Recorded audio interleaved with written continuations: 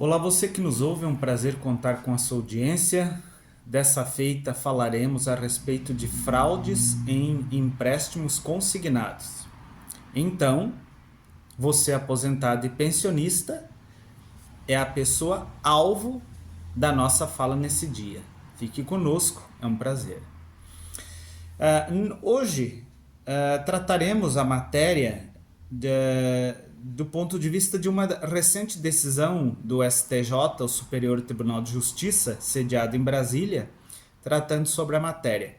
Gostaríamos de discorrer a respeito do assunto, falar algumas questões, não do ponto de vista crítico, é óbvio, porque a decisão ela é sempre baseada nos fatos que deram origem ao processo em questão. Mas o que nos interessa, enquanto advogados e cultores do direito, e principalmente com o intuito de informar você que está nos dando o prazer da sua audiência, é a respeito de questões que você deve tomar cuidado com base nessa decisão que, por ser oriunda de um tribunal superior, ela é balizadora das demais instâncias inferiores. Nós, em várias oportunidades, seja através de posts escritos ou mesmo vídeos, estamos abordando essa matéria das fraudes nos empréstimos consignados, ressaltando e chamando a atenção sua, que nos ouve, da necessidade de tomar cuidados nesses procedimentos.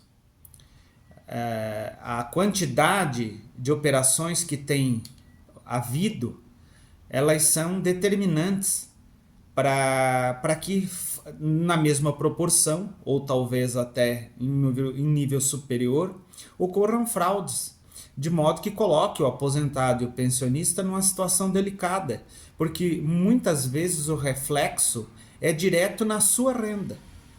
Quer dizer, sempre quando ocorre um contrato de financiamento, de mútuo, de empréstimo, no qual você não se manifestou, você não tinha prévia ciência, é parte do seu salário que será comprometido. E ainda mais, essa invenção que se criou, a RMC, muitos que estão me ouvindo sabem do que eu estou tratando, reserva de margem consignável, ela acaba cerceando o seu direito, o seu poder de crédito. Então, é uma matéria de extrema sensibilidade, porque geralmente as vítimas desse tipo de procedimento, digamos assim, criminoso, ilegal, ela tem por base aposentados e pensionistas, pessoas que vivem muitas vezes da sua renda, decorre determinantemente de proventos que recebem do INSS e outros órgãos pagadores. Mas retornando à matéria, enfim, à decisão que tratamos, a celeuma, a discussão que se tratou lá em Brasília, nesse caso particular, era se o fato do banco vincular nos seus proventos, nos seus ganhos mensais, um contrato por crédito consignado, no qual você não concordou, foi feita a perícia, a assinatura era falsa, quer dizer, a pessoa não concordou em absolutamente. Se o critério senilidade seria determinante para a configuração do dano moral, que é, no mínimo, o que a justiça deve condenar um ente bancário que se presta a esse tipo de ilícito. Então, assim, tratando em miúdos, numa linguagem mais comum, mais vernacular, poderíamos dizer que o fato da pessoa ser idoso não é determinante para a caracterização do dano moral. Sem tecer críticas, como falamos, a nós parece que temos várias categorias de idosos e não podemos, sob pena até de quebra do princípio da igualdade e principalmente da razoabilidade, colocarmos todas as pessoas num mesmo patamar. Sustentamos essa tese baseado no seguinte sentido: há aposentados que passaram uma vida inteira no serviço público com alta especialidade, gerenciando suas vidas e com alto capital intelectual agregado. Temos uma imensa quantidade de pessoas que mal sabem usar um celular adequadamente. Saber, por exemplo, o que é um critério de segurança em 2 etapas para evitar uma invasão, por exemplo, por via cibernética. Então, nós temos uma quantidade pequena de aposentados que detêm esse conhecimento e tem essa clareza de ideias de não se ver colocado numa situação de fraude. Mas penso eu que a maioria não tem esse conhecimento, principalmente porque a informática ela é uma linguagem afeta as pessoas que estão aí hoje na faixa dos 30, 40 anos abaixo. Porque o uso dos computadores, enfim, dos smartphones, da tecnologia que a internet nos trouxe, ela fatalmente ela não tem essa amplitude de acesso que muitas vezes uma decisão dessa natureza acaba por colocar. E fica-se, na exceção do caso, um balizador que muitas vezes não é correto. Ao meu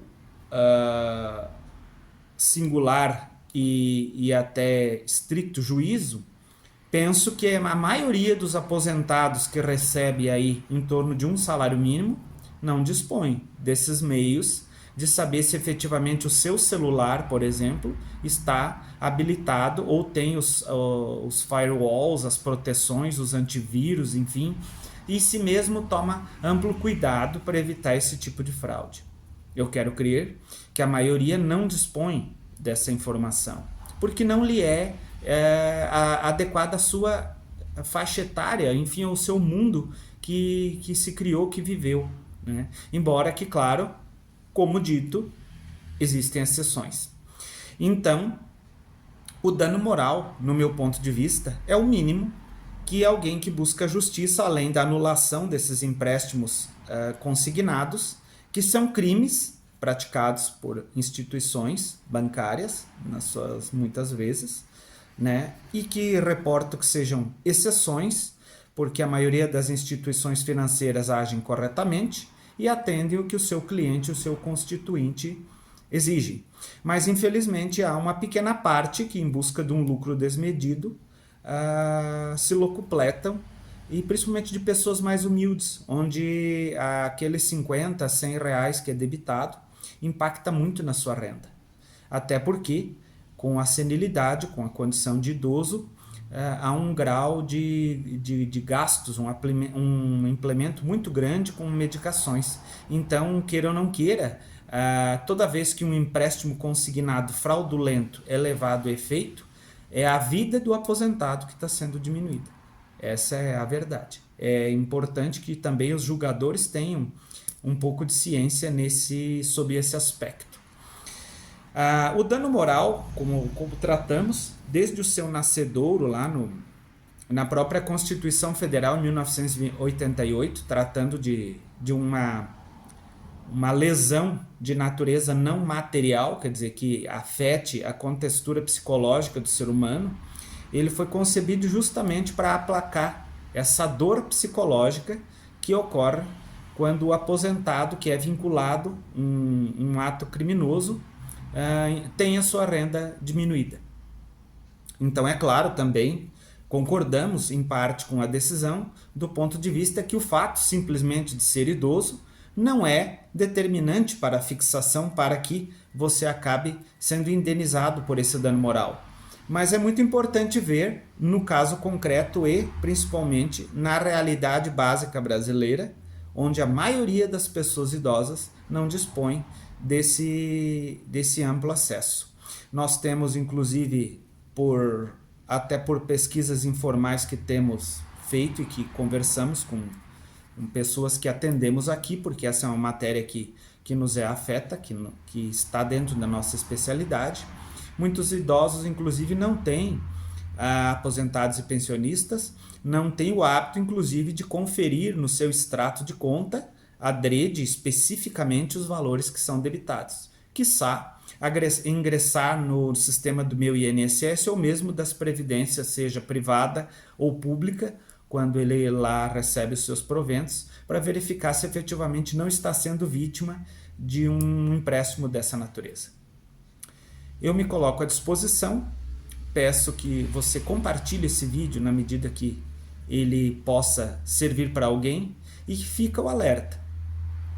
Tome cuidado. As decisões vêm orientando no sentido de impor sempre ao aposentado, ao pensionista, um cuidado maior com relação a esses empréstimos fraudulentos. E uma última dica que eu deixo a você é que quando você constatar o depósito de um valor na sua conta bancária, geralmente, indicativo de um empréstimo dessa natureza, o qual você já previamente não reconhece, você não faça uso desse valor. Você procure um profissional habilitado para que seja feita a anulação dessa transação, de modo que não fique caracterizado implicitamente o desejo ou, enfim, a caracterização daquele contrato por vias transversas. Meu muito obrigado.